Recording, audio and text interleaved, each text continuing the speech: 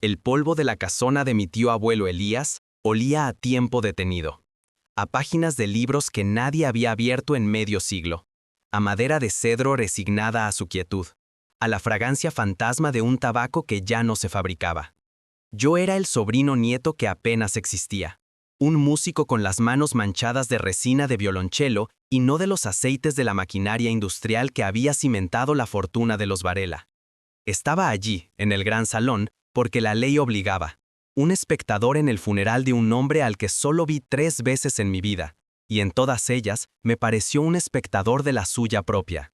Mis primos, llenas vestidas de luto y seda italiana, ya se repartían mentalmente los cuadros, las fincas, las acciones. Sus susurros eran el crujido de billetes contándose en la oscuridad. Yo solo observaba el arpa de luz que un rayo de sol polvoriento dibujaba sobre la alfombra persa, un instrumento mudo en medio de la codicia. Elías Varela no había sido solo un millonario, fue un coleccionista de cosas raras, un mecenas de causas perdidas, un ermitaño en un palacio. Un hombre, decían, que le tenía más miedo a los recuerdos que a la muerte.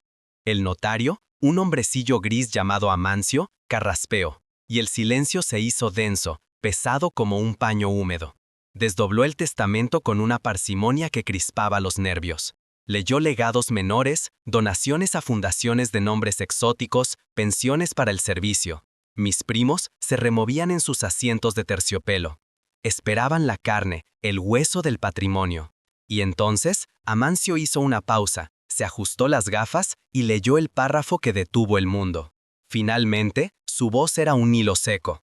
El grueso de mi fortuna, mis empresas, propiedades y capital líquido, queda contenido, simbólicamente, en un único legado. Un objeto que se encuentra en esta misma sala. Todas las cabezas giraron, escudriñando el salón como buitres. ¿Sería el reloj de pared con carátula de nácar? ¿El jarrón de la dinastía Ming que servía de paragüero?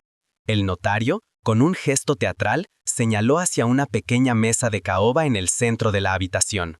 Sobre ella, solitario, descansaba un objeto que nadie había notado antes. No era un cofre, era un reloj de arena. Pero ¿qué reloj? Su estructura no era de oro o de plata, sino de una madera oscura, casi negra, veteada como un mapa de venas secas. Los bulbos de cristal no eran transparentes, sino de un ahumado color ámbar, como si contuvieran una tormenta de arena petrificada. Y la arena no era arena, era un polvo finísimo, iridiscente, que brillaba con la luz enferma de la tarde, a veces violeta, a veces del color del óxido. En la base, grabada a mano, una inscripción: Finis Memoriae, el fin de la memoria. Un murmullo de incredulidad recorrió la sala. Mi primo Ricardo, el más impaciente, el más voraz, se puso de pie. ¿Es una broma? ¿Nos deja un juguete? Amancio levantó una mano. Permítanme continuar. Volvió al papel. Dicho reloj, leyó, contiene el tiempo exacto de un recuerdo que me ha perseguido toda la vida. La totalidad de mi herencia será liberada y repartida según las cláusulas adjuntas solo cuando el reloj sea invertido y el último grano de su polvo haya caído. Quien se atreva a darle la vuelta, quien libere esa arena, no solo abrirá las puertas de mi fortuna, sino que heredará también, de forma íntegra e irrevocable, la memoria que ésta encierra. Y les advierto, desde el silencio en que ahora habito, que hay memorias que pesan más que todo el oro del mundo.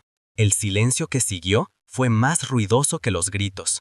Era un silencio hecho de cálculo, de miedo y de decepción. ¿Heredar un recuerdo? ¿Qué clase de locura era esa? Era la última excentricidad del viejo Elías, una trampa poética, una burla desde la tumba. Las semanas que siguieron fueron una guerra fría. Los abogados de la familia buscaron resquicios legales, intentaron declarar el testamento nulo por demencia póstuma, argumentaron que era una cláusula imposible de cumplir. Pero el documento era una fortaleza de hierro, inexpugnable. La fortuna Varela estaba congelada, prisionera, en un bulbo de cristal ambarino. Nadie se atrevió a tocar el reloj. Se convirtió en un ídolo terrible en el centro del salón. Un dios silencioso al que todos miraban de reojo. Lo rodeaban, lo estudiaban, calculaban el ángulo, la velocidad de la caída, pero nadie, absolutamente nadie, extendía la mano para girarlo. El miedo a esa memoria desconocida era más fuerte que la ambición. ¿Qué podía ser tan atroz? ¿Un crimen? ¿Una traición? ¿Un dolor tan profundo que Elías prefirió encapsularlo y legarlo como una maldición? La casona se convirtió en un mausoleo vigilado. Nos turnábamos para custodiarla, no por proteger el reloj, sino para asegurarnos de que nadie más lo volteara y reclamara todo para sí. Pero la parálisis era total. Los días se hicieron meses, el polvo volvió a sentarse. Una noche, cuando el eco de mis pasos era lo único que rompía la quietud, me quedé solo frente a él. La luna entraba por el ventanal y arrancaba destellos cobrizos del polvo iridiscente. Mis primos temían lo que la arena guardaba. Yo, en cambio, empezaba a temer el silencio que dejaba su quietud. Puse mi mano sobre el frío cristal. Sentí una vibración levísima, como el latido de un corazón dormido. ¿Qué clase de memoria podía ser tan terrible para que un hombre la encerrara en el tiempo, condenándola a no pasar jamás? Y sobre todo, ¿por qué sentía que esa memoria, de algún modo, me estaba llamando a mí? La casa se convirtió en una jaula de susurros. El aire, que antes olía a cedro y tiempo, se había vuelto rancio con el aliento de la avaricia envenenada. Mis primos y tíos deambulaban por los pasillos como fantasmas con agendas, sus miradas siempre volviendo al reloj de arena, como si fuera un sol negro que los mantenía en una órbita miserable. Ya no hablaban de arte ni de fincas, solo del obstáculo, del capricho del viejo. Habían contratado físicos para analizar la composición del polvo a través del cristal, a psicólogos para perfilar el tipo de trauma que Elías pudo haber sufrido. Todo inútil. El reloj era una pregunta cerrada. Una tarde, mientras la luz caía oblicua y tenía el polvo de un violeta profundo, mi primo Ricardo me acorraló junto al ventanal. Su rostro, usualmente bronceado y satisfecho, estaba pálido y surcado por la impaciencia. «Esto es un circo, Mateo», escupió, su voz un siseo contenido. «Estamos perdiendo dinero cada día que esta cosa sigue ahí, quieta. Hay que hacer algo». «¿Hacer qué?», respondí, mi voz tranquila contrastando con su furia. «Las reglas son claras». «Al diablo con las reglas», casi gritó. «Rompámoslo, saquemos el polvo, lo analizamos, lo destruimos si es necesario. La fortuna se liberará por defecto, los abogados encontrarán la manera». ¿Qué es lo peor que puede pasar? ¿Que nos volvamos un poco melancólicos por un recuerdo que ni siquiera es nuestro? La violencia de su propuesta me heló la sangre. No era solo la codicia, era la profanación. Era el deseo de aniquilar el misterio, de pisotear el alma de un enigma porque no podían resolverlo. En ese instante, comprendí que Elías no había dejado un tesoro, sino un instrumento de diagnóstico. El reloj de arena no medía el tiempo, medía a las personas. Y mis parientes estaban fallando la prueba. «No lo harás», dije. Y por primera vez, mi voz no fue la del sobrino músico insignificante, sino la de alguien que protegía algo sagrado. «No mientras yo esté aquí». Esa noche, la vibración que había sentido en el cristal volvió a mi memoria, insistente. No era un simple pulso, era una resonancia, una nota pidiendo su armonía. Dejé a mis primos conspirando en el salón y subí al único lugar que nadie se había atrevido a tocar, el estudio de Elías. La puerta se abrió con un quejido largo y polvoriento. Dentro, el aire era distinto. Olía a cuero, a tinta seca y a una soledad que no era triste, sino reflexiva. Un universo en miniatura. Mapas celestes en las paredes, una colección de brújulas antiguas, libros encuadernados en piel. Y en un rincón, junto a un gramófono con la bocina de latón, un atril de madera. Sobre él, una única partitura. Me acerqué. El papel estaba amarillento, las esquinas dobladas por el uso. Era una sonata para violonchelo solo. No reconocía al compositor. La caligrafía era elegante, casi febril. En la primera página, en lugar de un título, había una frase escrita a lápiz. «Lo que el sonido esculpe, el tiempo no lo borra». Toqué la partitura con la yema de los dedos, como si pudiera leer la memoria de las manos que la habían escrito. Era la letra de mi tío abuelo, era su música. Pasé las páginas, mis ojos de músico siguiendo la cascada de notas. Era una pieza extraña, melancólica, pero con ráfagas de una furia desgarradora. Y entonces lo vi. A mitad del segundo movimiento, un adagio lento y doloroso, había una sola nota, un la bemol grave, rodeada por un círculo tembloroso. Junto a ella, otra anotación a lápiz, casi ilegible. La memoria solo canta si encuentra su eco. El eco, la resonancia. Volví al salón. La casa estaba en silencio. Mis parientes se habían retirado a lamer sus frustraciones. La luna llena inundaba la estancia y el reloj de arena parecía flotar en su luz, el polvo iridiscente brillando como estrellas atrapadas. Me arrodillé frente a él, el corazón martillando contra mis costillas. No iba a voltearlo, iba a hacer algo distinto. Apoyé la palma de mi mano en el frío cristal del bulbo superior, justo como la primera vez. Cerré los ojos y busqué esa nota en mi interior, el la bemol grave, un sonido profundo que nace en el pecho y vibra en la madera. No lo canté, lo tararé, un zumbido bajo, una vibración que transmití de mi pecho a mi mano y de mi mano al cristal. Al principio no pasó nada, pero seguí, manteniendo la nota pura, constante, como un rezo. Y entonces ocurrió. El polvo finísimo dentro del reloj, que había permanecido inmóvil durante meses, comenzó a agitarse. No caía, se arremolinaba. Lentamente, como humo en un espacio sin viento, las partículas iridiscentes se elevaron y comenzaron a danzar, formando un torbellino silencioso. Se agruparon en el centro del bulbo, dibujando formas que no eran azarosas, una constelación efímera que parecía un rostro, una mano, una lágrima. El reloj estaba vivo y me estaba respondiendo. La memoria no era algo que se heredaba por la fuerza, como quería Ricardo, era algo que se debía invocar. Y yo, el músico, el único que hablaba el lenguaje de las vibraciones, acababa de encontrar la llave. El sonido era la llave, y el recuerdo, fuera lo que fuese, estaba a punto de despertar. El torbellino de polvo dentro del cristal no era violento. Era una danza lenta, una caligrafía de luz y sombra que escribía y borraba historias en el aire ambarino. La forma del rostro se hizo más nítida por un instante. Pómulos altos, una boca entreabierta en un grito silencioso, unos ojos que no pude ver pero cuyo peso sentí en mi alma. Luego se deshizo en una mano extendida, suplicante, antes de volver a ser una nebulosa iridiscente. No era una imagen proyectada, era un hálito, la huella de una emoción tan potente que había impregnado la materia misma. Comprendí entonces que Elías no había encerrado un recuerdo como se guarda una fotografía, había destilado la esencia pura de un momento, su vibración exacta, y la había convertido en polvo. Mi zumbido se quebró, y con él la danza cesó. El polvo, con una lentitud casi doliente, comenzó a sentarse de nuevo en el fondo del bulbo. La quietud regresó, pero el silencio ya no era el mismo. Antes era un silencio vacío, ahora era un silencio expectante, como el que precede al primer compás de una sinfonía. ¿Qué has hecho? La voz de Ricardo cortó el aire como un látigo. Estaba de pie en el umbral del salón, su silueta recortada contra la penumbra del pasillo. No sabía cuánto tiempo llevaba allí, observando. Su rostro no mostraba sorpresa, sino una furia helada, la de un depredador que ve a una presa inesperada acercarse al cebo. Nada, respondí, poniéndome de pie, mi cuerpo instintivamente colocándose entre él y el reloj. No me mientas, Mateo, lo vi cómo se movía.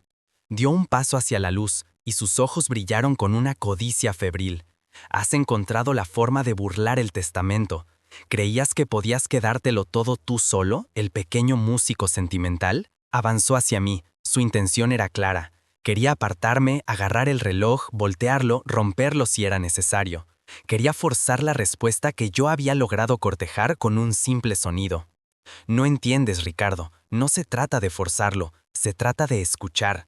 Yo no quiero escuchar, quiero ledar, rugió, y su voz gutural pareció ensuciar el aire del salón. Se abalanzó, pero yo fui más rápido, no para luchar, sino para proteger. Rodeé la frágil estructura de madera con mis brazos, abrazando el reloj como si fuera un ser vivo. El cristal estaba frío contra mi mejilla. Ricardo me agarró por el hombro, su mano era un torniquete de impaciencia. «Suéltalo, es de todos». «No es de nadie hasta que se abra», repliqué, mi voz tensa, «y no se abrirá con violencia, solo lo romperás». Nuestra lucha era patética y silenciosa, un forcejeo sordo en medio de la noche. Pero en ese forcejeo sentí una certeza crecer en mi interior. La nota, el la bemol, era solo la llamada a la puerta. La partitura entera, la sonata que Elías había compuesto, era la conversación completa. No bastaba con tararear. La memoria no quería un susurro, quería su voz plena, la voz para la que había sido escrita, la voz de madera y alma de un violonchelo. Con un empujón logré desequilibrar a Ricardo. Tropezó hacia atrás, recuperando el aliento con una mirada de odio puro. Esto no ha terminado, Mateo. Voy a despertar a los demás. Veremos qué opina la familia de tu pequeño truco. Se dio la vuelta y desapareció en la oscuridad. Me quedé solo, jadeando, mi corazón latiendo un ritmo desbocado. Tenía poco tiempo. La jauría no tardaría en descender. Corrí a mi habitación, la pequeña alcoba de invitados donde había dejado mis cosas. Allí, en su estuche de fibra de carbono negro, descansaba mi instrumento. Lo abrí con manos temblorosas. La madera pulida del violonchelo recogió un hilo de luz de luna. Lo sentí familiar y poderoso en mis manos, una extensión de mi propio cuerpo. Cogí la partitura del estudio de Elías y volví al gran salón. Ya no había tiempo para la duda ni el miedo. Me senté en una de las sillas de terciopelo, la misma en la que mi tía abuela había llorado con discreción, y coloqué el violonchelo entre mis rodillas. Puse la partitura en la pantalla de una lámpara cercana. El reloj de arena, sobre su mesita de caoba, era mi único público y mi director de orquesta. Escuché los pasos apresurados en los pisos superiores, las voces airadas que empezaban a congregarse. Ricardo había cumplido su amenaza. Pronto estarían aquí, pronto intentarían detenerme. Apoyé el arco sobre las cuerdas. El silencio del salón se hizo profundo, expectante. Cerré los ojos e inhalé el olor a polvo y misterio. No iba a tocar para mi familia, no iba a tocar por la fortuna. Iba a tocar para un hombre muerto, para liberar una memoria prisionera. Iba a darle a ese grito silencioso. El arco se tensó, listo para caer. Afuera, en el pasillo, el clamor de mis parientes se acercaba como una marea inevitable. El primer golpe del arco sobre las cuerdas fue un acto de desafío, un sonido largo, grave y melancólico que cortó el clamor creciente del pasillo y se ancló en el corazón del silencio.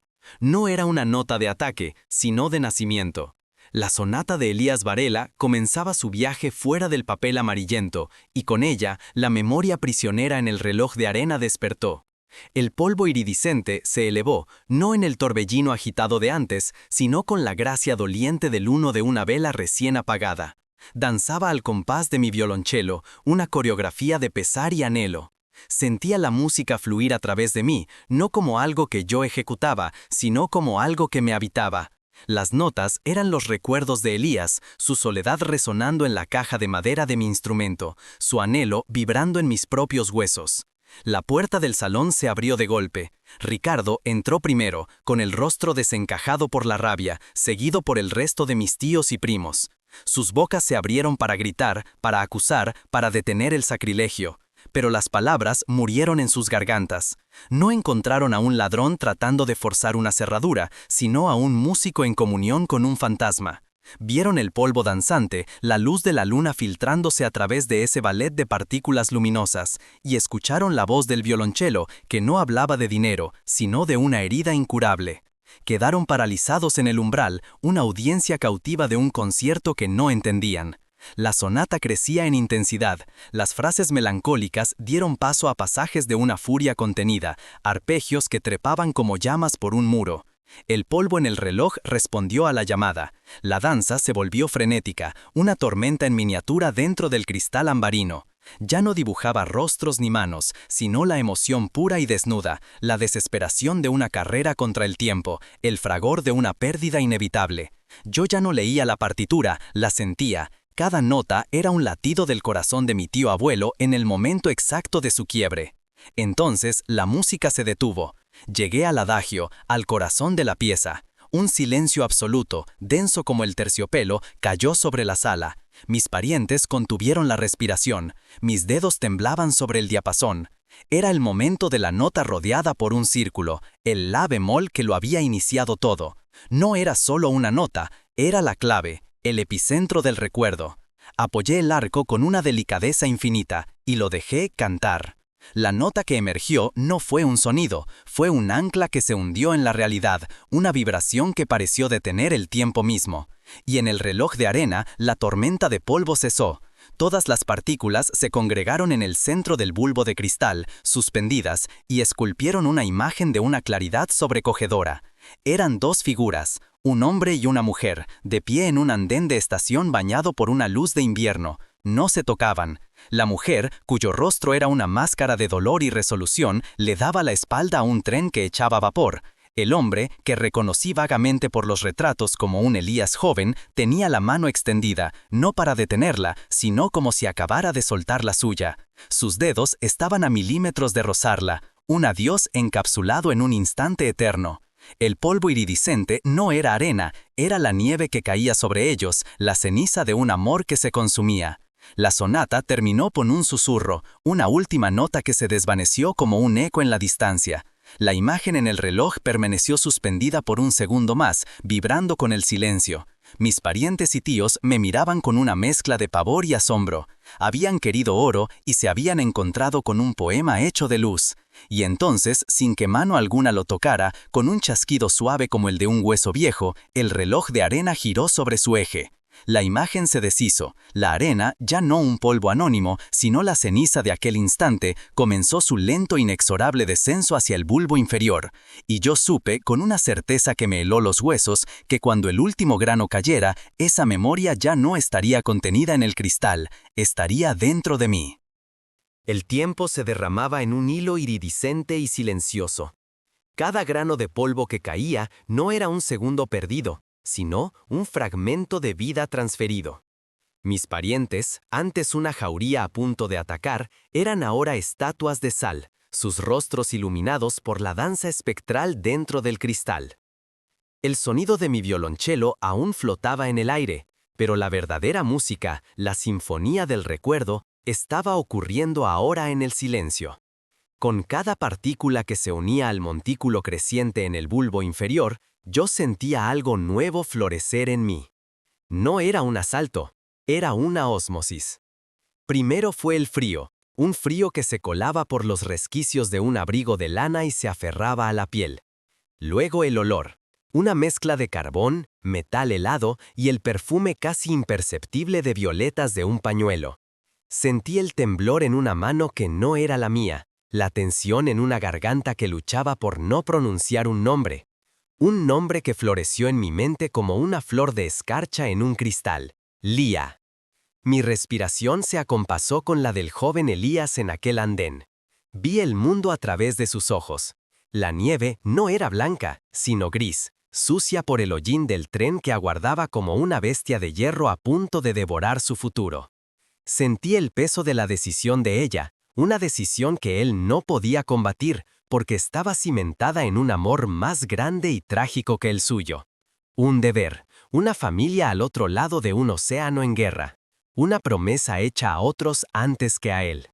El adiós no fue una ruptura, fue un sacrificio, y su silencio, el grito más desgarrador. La cascada de polvo se hizo más lenta, los últimos granos cayendo uno a uno, como sílabas de una palabra final. Y entonces, el último. Cayó, y el mundo se rompió. Una oleada de dolor puro y perfecto me inundó. No era mi dolor, pero lo sentí con la fuerza de una amputación.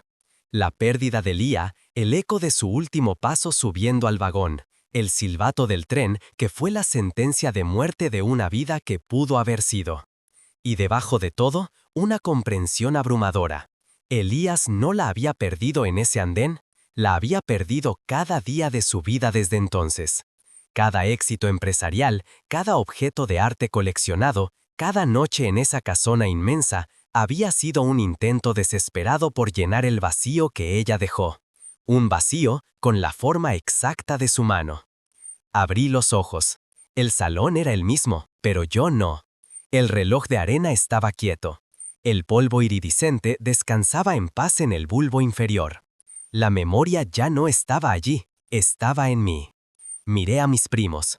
Ricardo tenía la boca entreabierta, sus ojos fijos en el reloj, pero su mirada estaba perdida, como si por primera vez en su vida hubiera vislumbrado algo cuyo valor no podía calcular.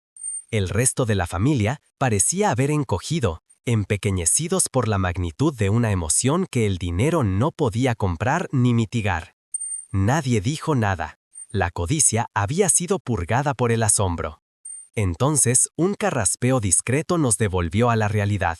Amancio, el notario, que había permanecido en una esquina como un mueble más, dio un paso al frente. Ajustó sus gafas y consultó un documento anexo que no había leído antes. «La condición ha sido cumplida», anunció, su voz desprovista de toda emoción.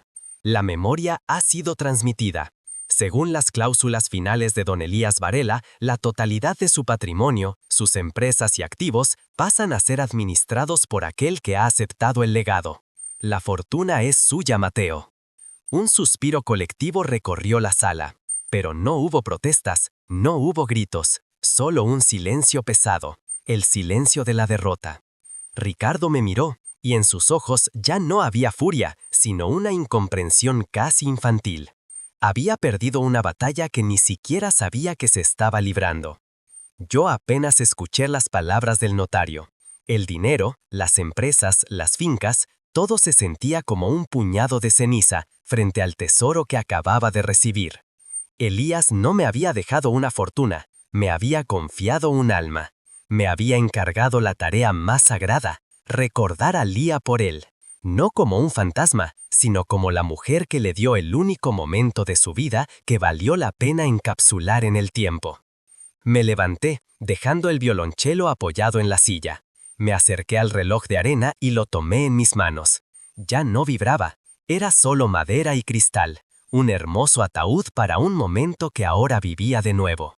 Mis parientes comenzaron a retirarse en silencio, uno a uno, como si abandonaran la escena de un milagro o un desastre que no les pertenecía. Elías Varela me había dejado su fortuna, sí, pero lo que en verdad heredé fue el peso y el privilegio de un amor que ya no cabía en un solo corazón.